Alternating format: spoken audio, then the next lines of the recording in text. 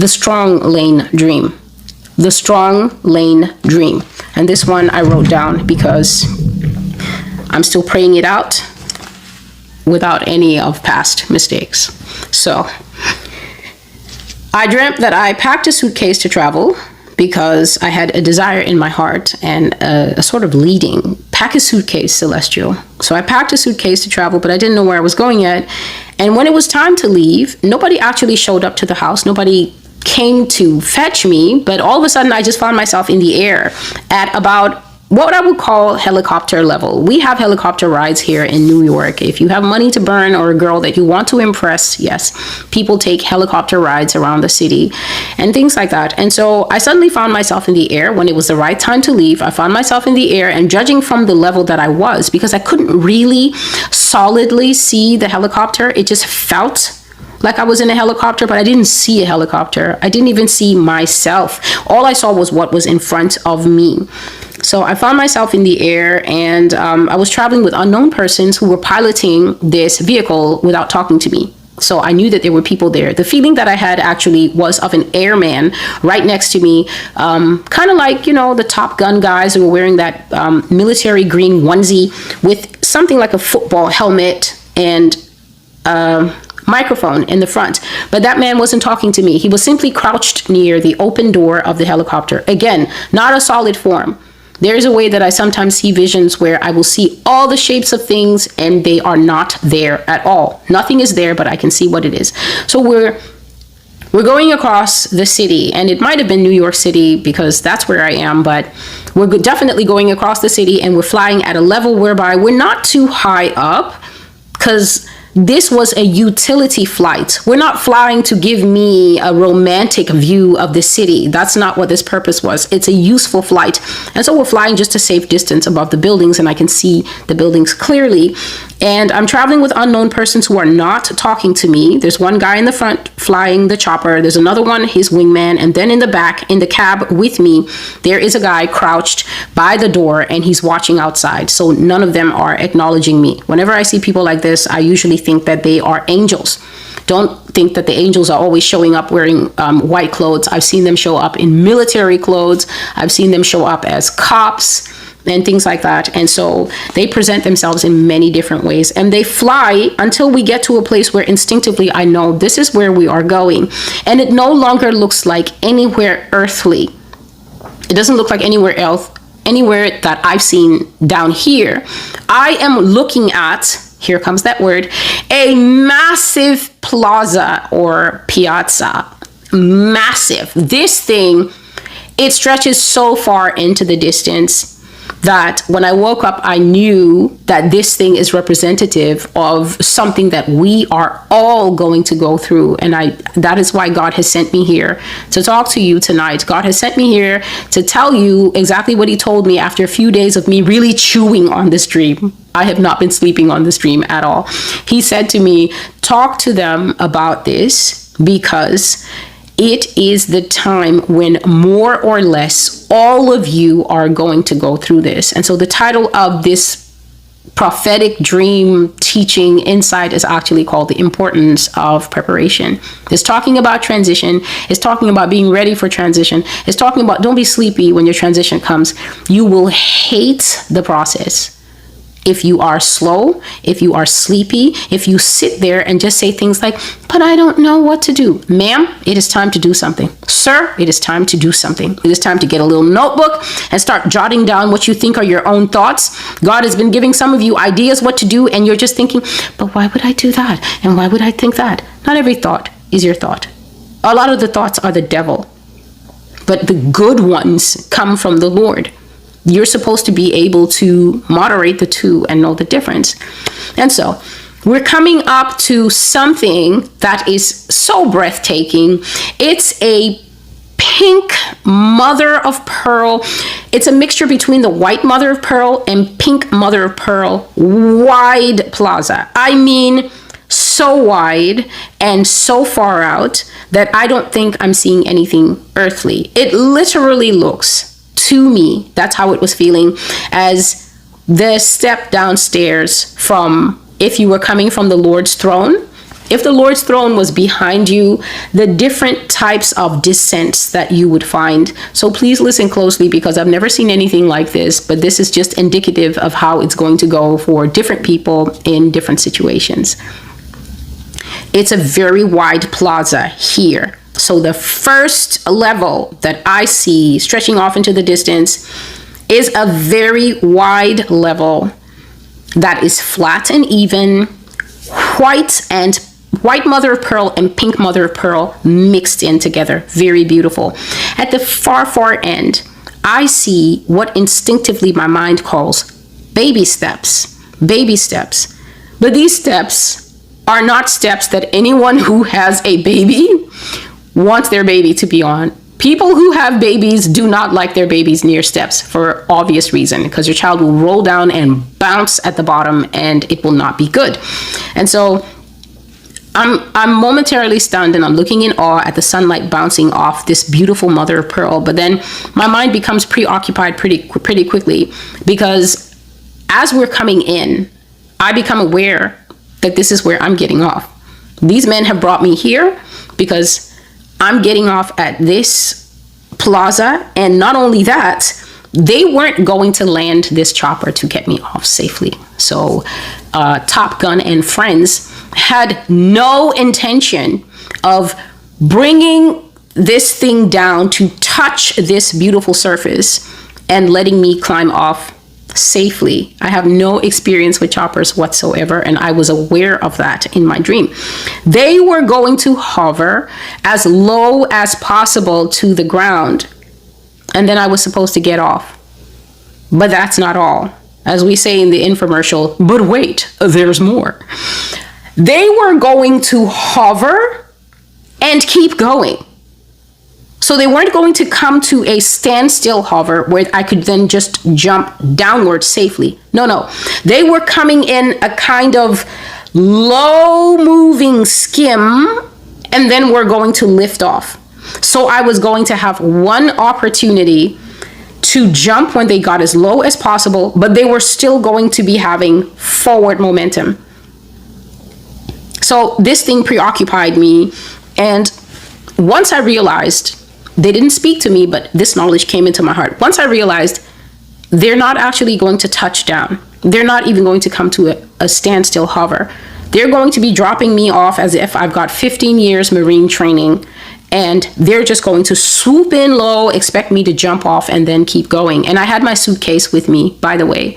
So I immediately began scanning the various descents to see which one am I going to take. And I noticed that they did not bring me anywhere near where there were different descents that I will now describe to you. The furthest descent is the one that I was saying. I would call it baby steps. But these are not steps that anyone would want a baby to be on, because these were actually adult steps.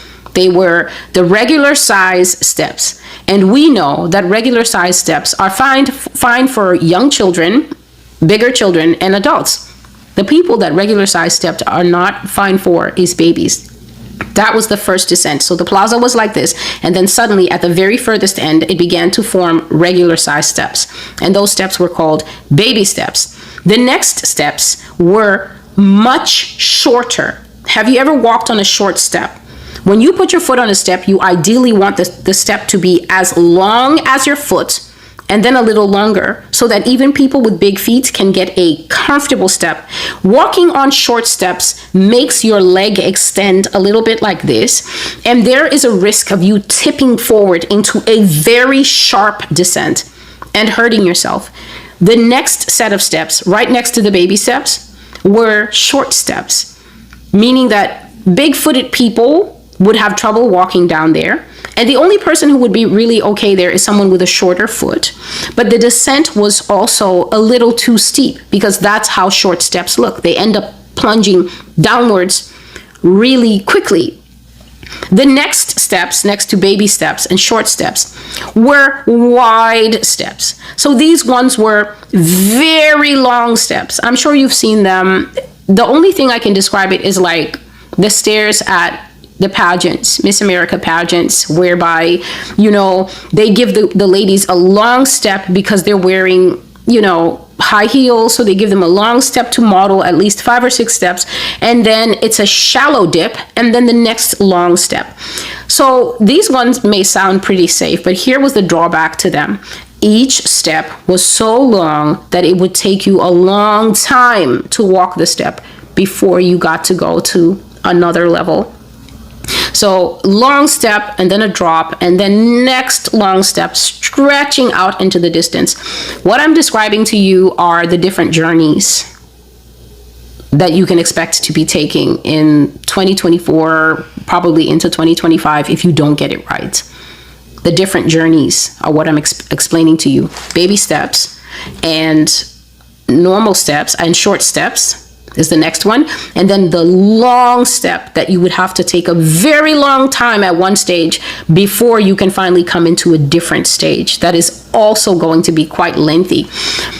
The next step, so I've described 1, 2, 3. The fourth steps, there were 5 steps. The fourth steps were really quick descent steps. I can't describe them any other way. They were the kind of steps that once you get on them, because of the angle and also because of the way that they were cut, you were not going to be able to stop yourself.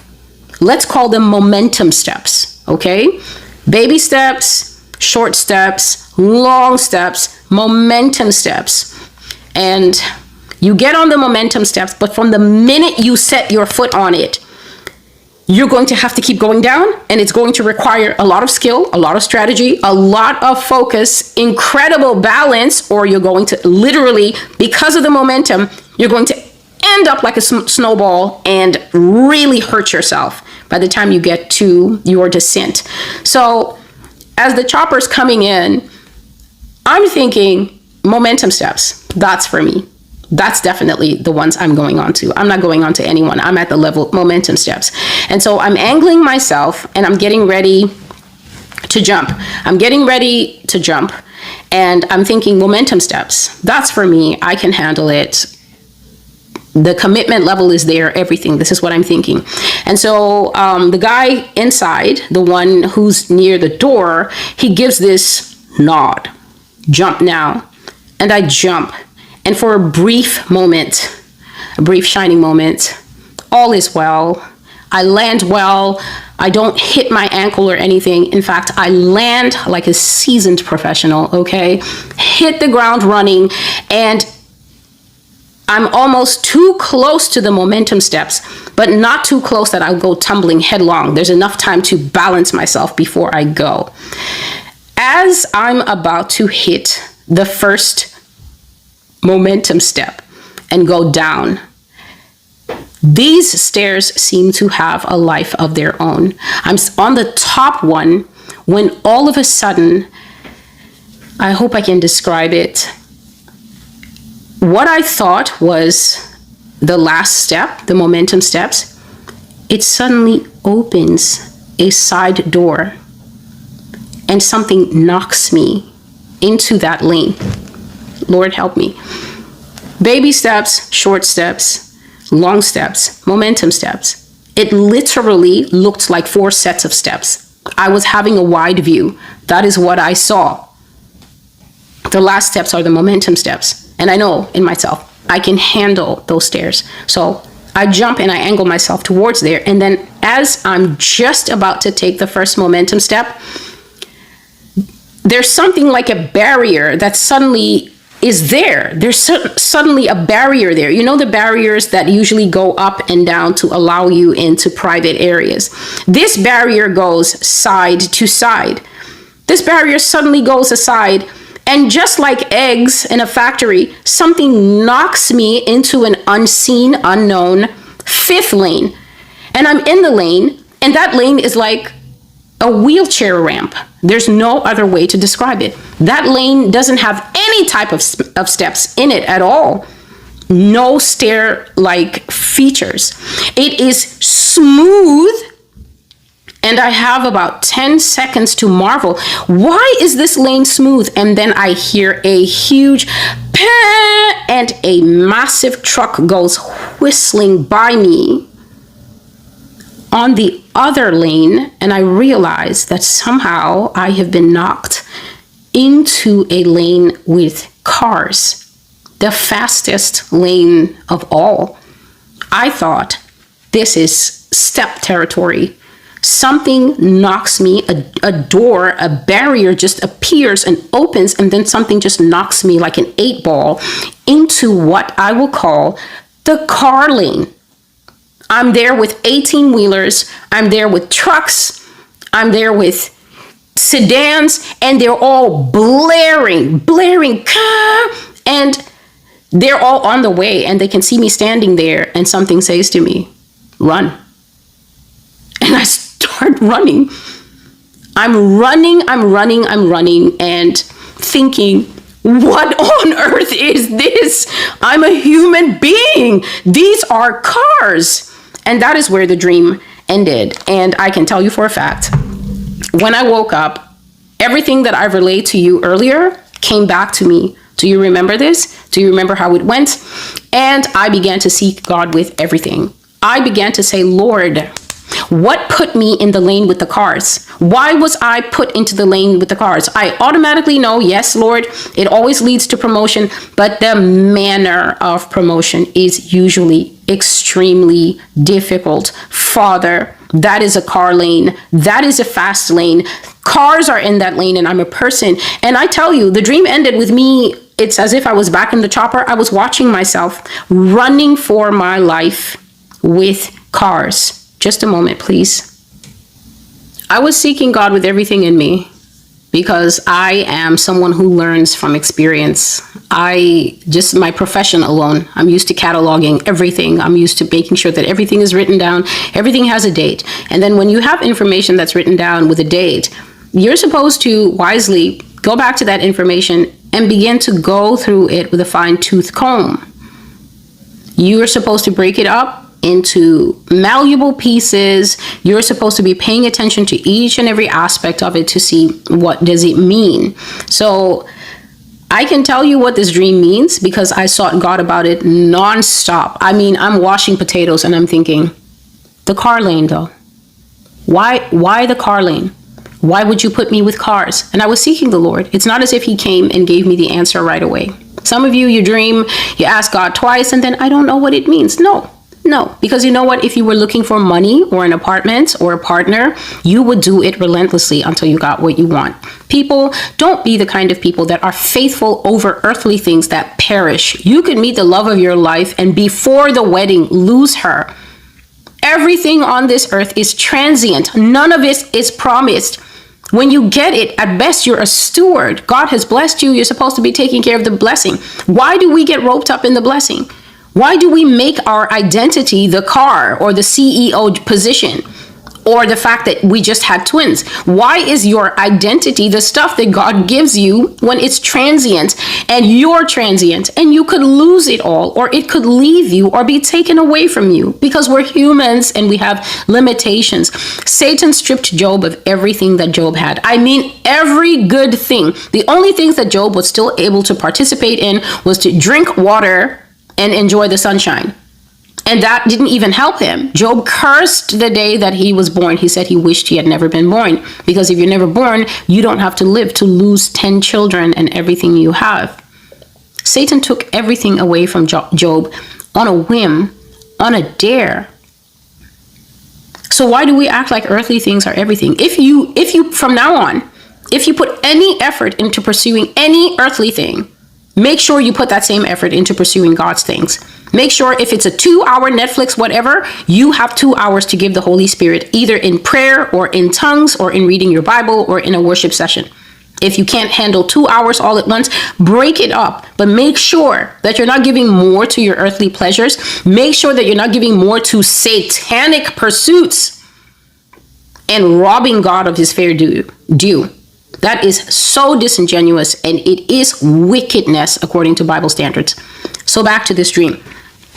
I was seeking God. I was seeking God for understanding. I was seeking God for knowledge. I was extremely not happy with the thing because what that showed is I was moved against my will into this super fast lane, the car lane. Lord, I didn't want the baby steps or anything like that. So let's go through the meaning of the dream. Transition is coming to every single person. It doesn't matter where you are. This dream is an international blessing to you that you are getting it. You might already be in that transition, or it's coming up a hard stop, as in you watch this today, 2 days later, yours could kick off. But it is definitely on the way. And that's the reason the Lord told me share the dream. He said, because it's going to happen to everybody. Transitions are extremely important. Not so much because of the process of transitioning. It's how you land. Think of a basketball player who sees an opportunity to score, and then he might even be able to do it in a fancy way and dunk. Imagine all that athletic grace, all that 6'9"ery, leaping up into the air, palming the ball, dunking it, hanging on the rim. The crowd cheers. You let go. You fall with your ankle underneath you the wrong way. Crack. What's the next thing we see? New York Times, Washington Post. Amazing career over. There's some breaks, you'll heal. You're never playing ball again on that foot. How you go up is just as important, or even less important, than how you land in a transition. You can go through the process, cry through the process. The Holy Spirit will be right there and cry with you. He loves you. However, how you land in transition is so important, because it's your landing in the transition is actually your opening note into the next stage that God has for you. Bad landings lead to sometimes very difficult openings. A bad landing is praying for a job that you know requires more time, more grace, and more study.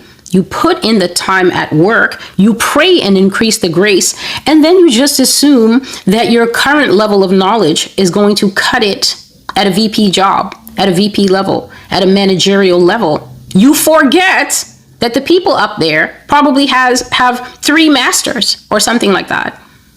Some of them might even be PhDs. You forget that putting in the time, putting in the work, and putting in the grace, putting in the prayer and seeking God does not negate the need for extra study. That's because that level demands that you know more. So if you don't study, you get there, everybody's studying, they're like, do you have the FYQ on the TYP? And you're like, I might. You're making faux pas. You're embarrassing yourself. You come home, you throw the alligator skin briefcase down, and you start making TikToks about corporate is hard. No, you went in with a broken ankle, and you did that to you. You just assumed that praying your way into spaces prepares you or is enough to enter those spaces.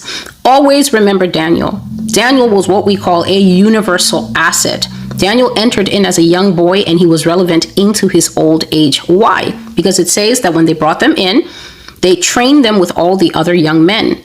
Daniel didn't come in and say, my religion precludes me from reading about all the Babylonish things that you guys do. He, Shadrach, Meshach, and the other one were better than all the rest. In them was found excellent, but in Daniel was found a most excellent spirit. So Daniel had the spiritual grace. He put in the work, but he studied, and he was found approved because he studied. This is why I don't reply a lot of comments, because if I can see that you haven't read the Bible and then you want to troll, So in this dream, God is going to handle the pace of transition. God is going to do the pickups. God is the one who's going to start moving you to let you know that, for instance, a passport is a necessity. I keep seeing people still arguing with the times when everything is difficult. You don't need a passport. Let's be thinking adults. Crisis comes to the United States. In fact, there will be war in many countries. It's in the war prophecy. War is coming. That's 1 straight hour discussing how war is going to break out in the United States. The world is going to be a cauldron that is on fire, and there's going to be 2 different types of nations. One group of nations are going to be having the war. Someone may attack you, or you may be the attacking nation, or you might have also ethnic group difficulties within the same country, different ethnic groups harming each other and things like that. It has happened in the past. And then that automatically leads into fleeing, diaspora, displacement of peoples. This is almost always seen as a UN humanitarian crisis. So you're running from your nation, the United States, you get to Mexico. Do you really believe that because America's having a war, it's Mexico's problem? It's not Mexico's problem. Mexico has a border. And in fact, when countries see problems in their neighbors, they strengthen their border protocols. That means that they definitely will want to know, for instance, how's Mexico to know that the child you're running with is your child? You don't have a shred of paper to prove that you are who you are and the child is who you say the child is. How does Mexico know that you're not separated from the child's mother, and this is the perfect opportunity for you to run back to Mexico if you're Mexican American and steal your daughter? And she's going to come with you. When they ask her, do you know this man? She'll say, yeah, he's my papa. What she doesn't know is that you're taking her away and she's never going to see mom again. How does Mexico know that? You hit the border, you don't have proof of your divorce, you don't have IDs for the kids, you don't have any driver's licenses, you don't have any passports. How is this Mexico's problem? How is this Canada's bed of weeds? If you don't have these documents and have them wrapped in one of these Faraday, Amazon waterproof pouches, how are you a responsible adult? See? There's that preparedness. The vitality, the importance of preparedness cannot be understated. That's because your emergency is not the next person's emergency. Wise people prepare in such a way that they minimize the occurrence of emergencies. Poorly trained people, or people who can't listen, or people who don't believe, all separate groups, but they're all heading to the same outcome, panic. People who are in these other groups, they always end up landing and breaking their ankle. They land up with terrible transitional periods, because you will get to the border after successfully running away across the whole country. You make the Canadian border, you make the Mexican border, and now they will put you in the same kind of camp on the other side that Americans have here. You know that camp for people who don't have identification that Americans have here at the border? Mexico's going to have one. Canada's going to have one. They're going to want to make sure that you're not a drug lord pretending to be a student running away from trials. They're going to need to identify people in some way. But guess who's going to process right through? Dad, mom, and the kids who have passports and identification documents. So that was one of the comments that I had to reply tonight, because people still keep insisting that, oh no, in the middle of the struggle, we can just do what we like because, Jesus, it doesn't work that way. So this dream that I'm describing to you, the baby steps are for you that is absolutely and completely unprepared. I've said that even babies are not really meant to be on steps. And so even though normal steps are normal for everyone, if you are at a baby level, these steps are going to be your challenge. This is perhaps young people. You're young, you live with your family doesn't believe a single word on this channel, except maybe if I'm giving the time, because we can all look at our watches and see what the time is. Anything else, they don't believe it. You're a young person, you're 16, you're 14. What are you going to do?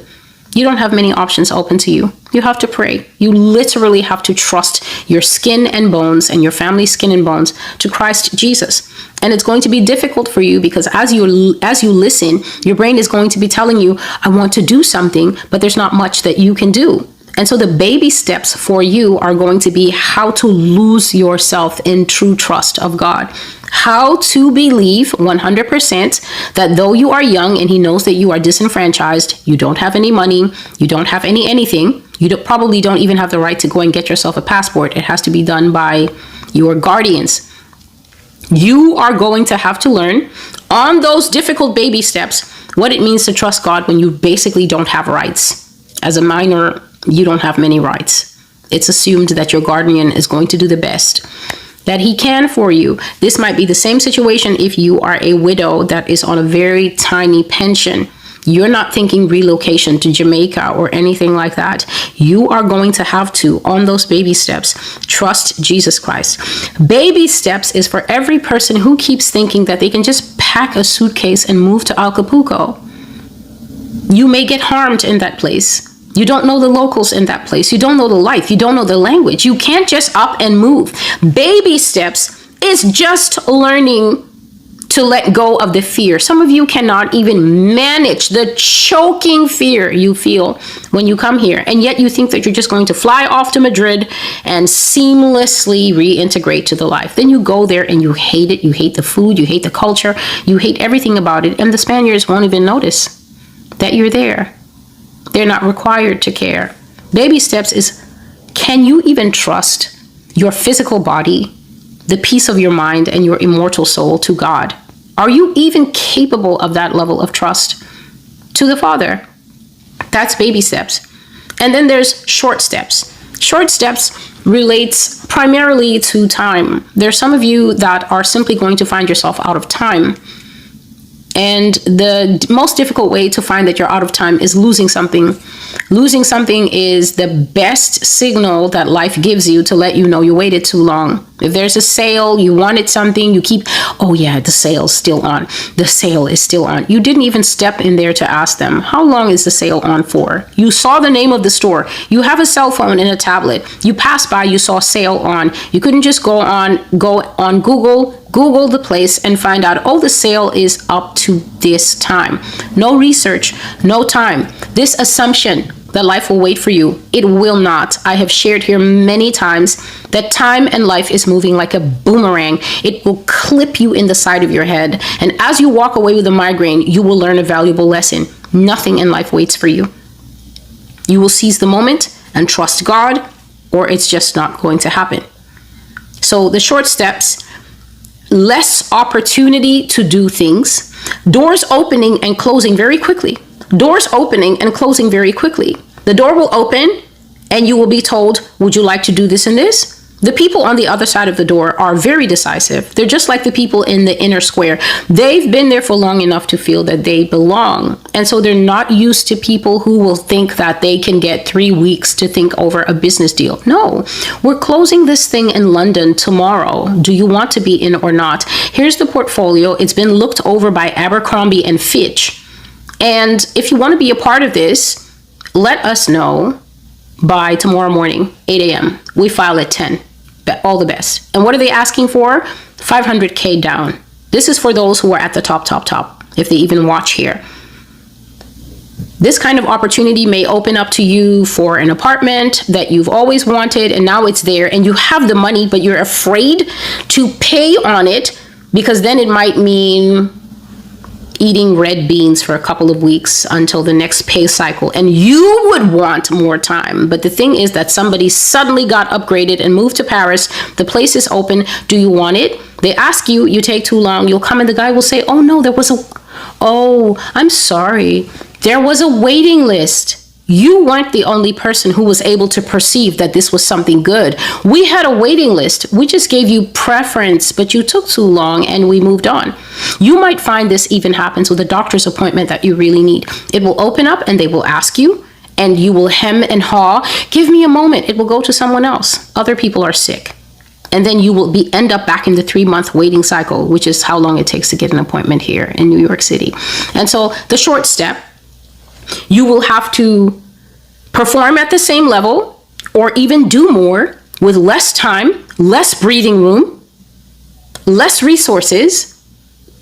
You want more responsibility, they'll give you a project and they'll tell you that only Roger is helping you. And you know that Roger is lazy as anything.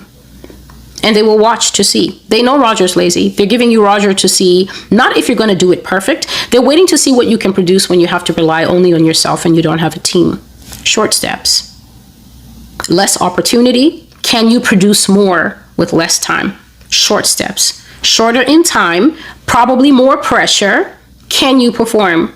And then there's the long steps. This is for the people who can't learn, no matter how many times God tells you something. No matter how many times your sister speaks into your life, you're deaf, you're hard-headed. You get good advice, you will take yourself to the absolute furthest distance from the good advice and do something else. You've been doing it for a while. Well, guess what? You're about to enter that long season.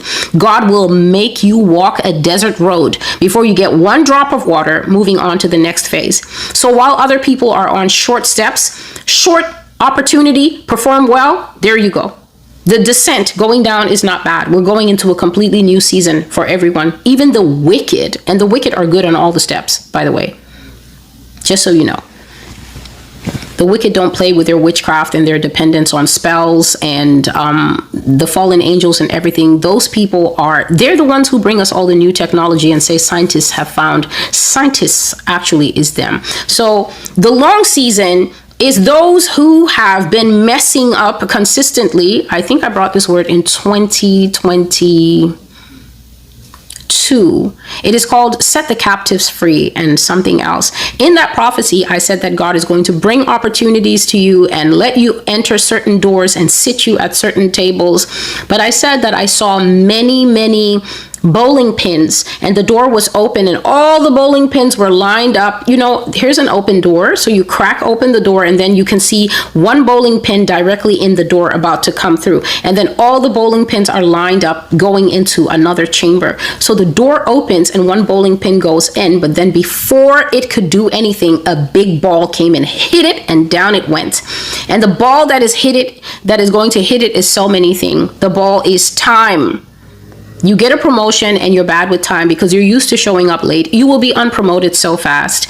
The ball is character. You get a promotion and then you're used to having a quick lip on the Amazon shop floor, but now they make you a manager and you're with other managers and you think you're just going to open your mouth and say anything to them. They will just tell Jeff, Carol is extremely rude and we don't think that we can work with her long term. Before you know it, you will be put back on the shop floor and Jerome will be promoted into your spot. That's the next bowling ball coming in. It will be Christian character. It will be your willingness to fast more. It will be your willingness to depend on God more. It will be your willingness to sacrifice more. Who is willing to do the most? That is the person who's going to get top spot. Then the one who's willing to do second most, second spot, third spot, like that. Life is very busy. To those of you who just think that life is this dank and stank pond, this stagnant pond that isn't moving, it's not like that. In a healthy Christian life, in a healthy body, the blood is moving around a lot. In a healthy Christian life, activity is moving around a lot. And God is constantly, the warehouse of heaven, the angels, the will of God, is constantly preparing those who are getting ready for better and bigger things. I always told you that I would not sit here forever narrating prophecies to you. God has way more other things for me to do. He has way more other things for me to do with these messages, with his truth. And so I always said that one day you wouldn't see me here. And now that I've had a dream like this, absolutely, when you see me here, you see me here, because I know that there's more ahead, that God has other plans. Just like one day I wasn't here, and then one day I am, and then the next day I won't be, because a healthy Christian life is not stagnant. It doesn't form a pool. That's what most of these fake false prophets want. Their dream is simply to have you subscribe and follow them into Armageddon, because that's where they're heading. If you're looking at them making videos, rap videos, dance videos, if you're watching them sing songs to you, if you're watching them just keep giving you the same pieces of bird feed, this is their life. They live to put this camera on and talk to you and rapport with you, and they have no interest in you making heaven. And if you can't tell that by now, you're in so much difficulty. Whoever may be watching this for the first time, watching this is your 500th video with me. If you can't tell who actually cares for your soul and who wants to see you make it, I may never meet some of you, but how awesome to meet you on the other side and you say, you know what, those videos, man, how amazing. How amazing. Those are the people I came to find. You that actually wants to fully fall into Christ. You're not hesitant. You're not trying to get Jesus to, well, prove to me why I should follow you. Imagine telling the most desirable man on earth to explain to you why you should follow him when he's busy saying, come unto me because I'm about to get this thing started. Come and seek shelter under my wings. I am the ark of salvation, and you're out there going, what perks do you offer? Life, breathing. So we've discussed the baby steps. We've discussed the short steps. We've discussed the recalcitrant, those who keep yo-yoing back on sin. God is going to send you back to square one. That's what I said in 2022.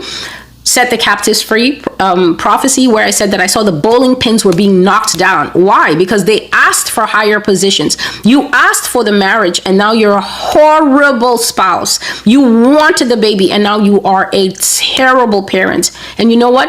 You can't send the babies back to the store.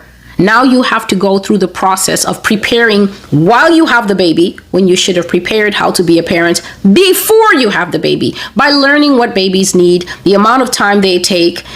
No one can really tell how to be a parent before you're a parent. No one can tell how to be a husband or a wife before you are that. But there are many ways, endless resources, natural ways, reading books, attending seminars, studying things, good videos from good creators on YouTube and things like that. Babysitting your sister's children to learn how to develop your patience, change a diaper, that kind of thing. Those are natural ways. And then there's spiritual ways that you must prepare to be a good parent. You really need to ask Jesus to show you how to do this. Ask him to increase your patience, your grace, how to be a good spouse, unless you just go back to your club trashy ways and make someone's daughter unhappy and make someone's son insecure and angry and feel emasculated. And for what? Because you didn't want to prepare, because you thought that getting married still meant me. No, it's not. It's one of the greatest and most immersive sacrifices you will ever make. The whole point of marriage is going from 1 to 2 to 1, from 1 to 2 to 1. Those are 2 transitions in one. And many people standing at the altar right now are totally ill prepared to make the sacrifices, to make sure that they are both a value and an asset in the union that they claimed they wanted. So you've got the baby steps, you've got the short steps, you've got the long steps, and now we come to momentum steps. This is for you who are advanced. You've been praying, you've been fasting. In fact, at church, people call you mother.